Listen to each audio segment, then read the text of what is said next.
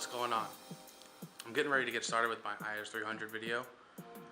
So before I get too far into this, I just want to say that I drive my car.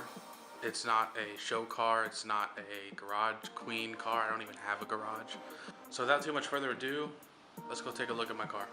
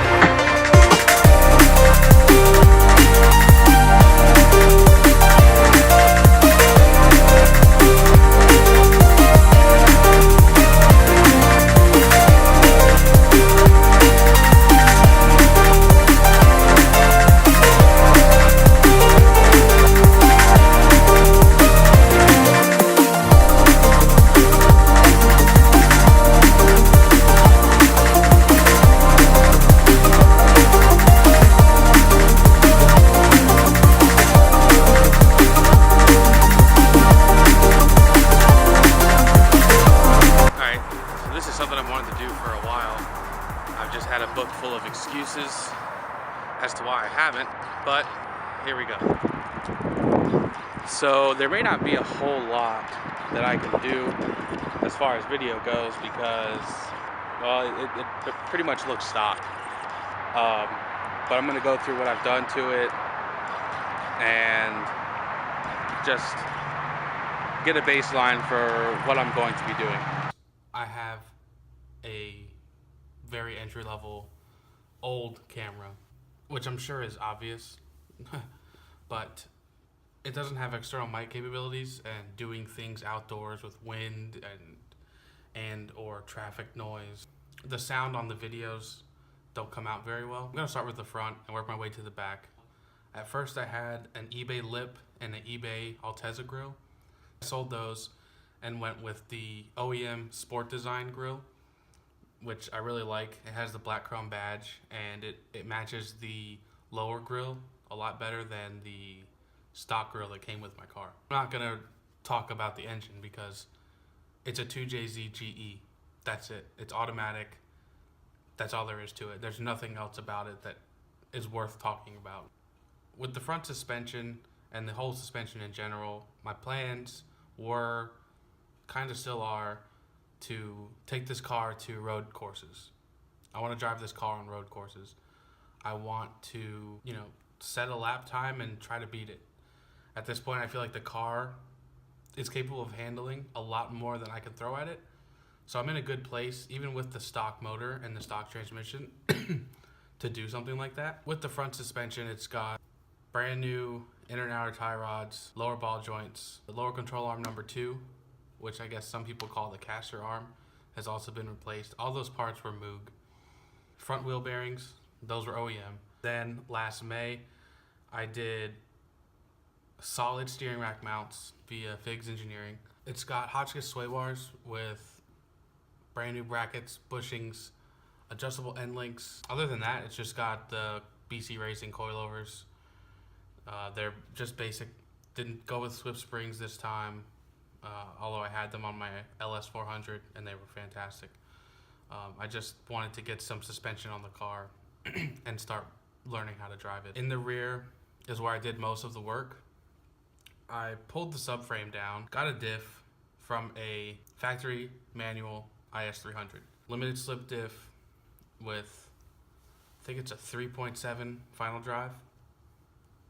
Opened it up, took the center section, separated it from the 3.7 ring gear, put the center torsion section on my automatic 3.9 final drive ring gear, put it back together, and put it back in the car. While the subframe was down, I did all 4 diff bushings, polyurethane Super Pro. I did polyurethane subframe supplemental mounts.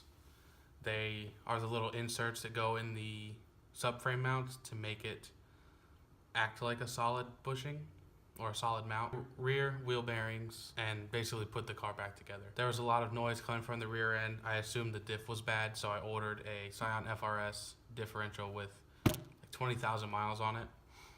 Threw that in the car.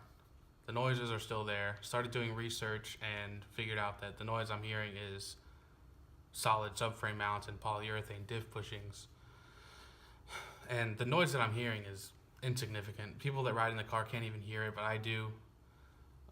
I'm guessing that, because it's a Lexus, it has insulation and things like that that make it harder to hear than it would if it were in a Scion FRS, for example.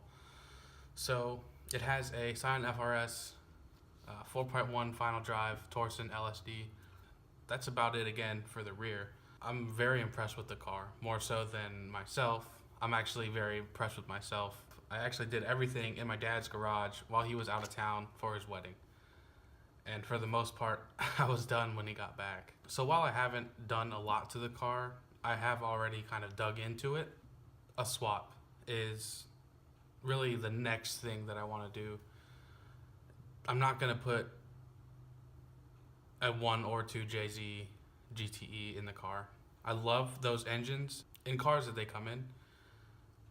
But in my opinion, the IS300 is not a turbo car.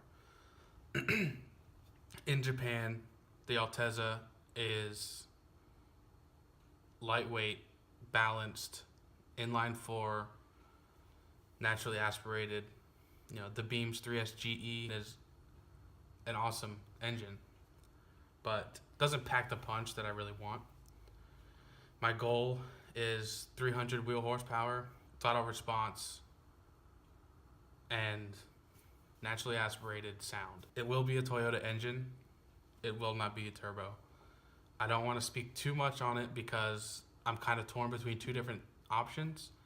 So until I get a little bit closer to doing it, I just don't really want to talk too much about it. Either one of the options, I'm not going to be the first person to do it. I'm sure I won't be the last person to do it. But this is what I want to do with my car because that's what I like.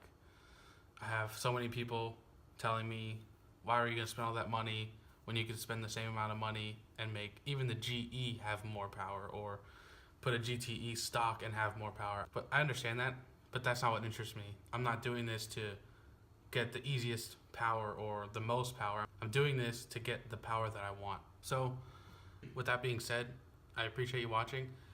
I also really appreciate any feedback.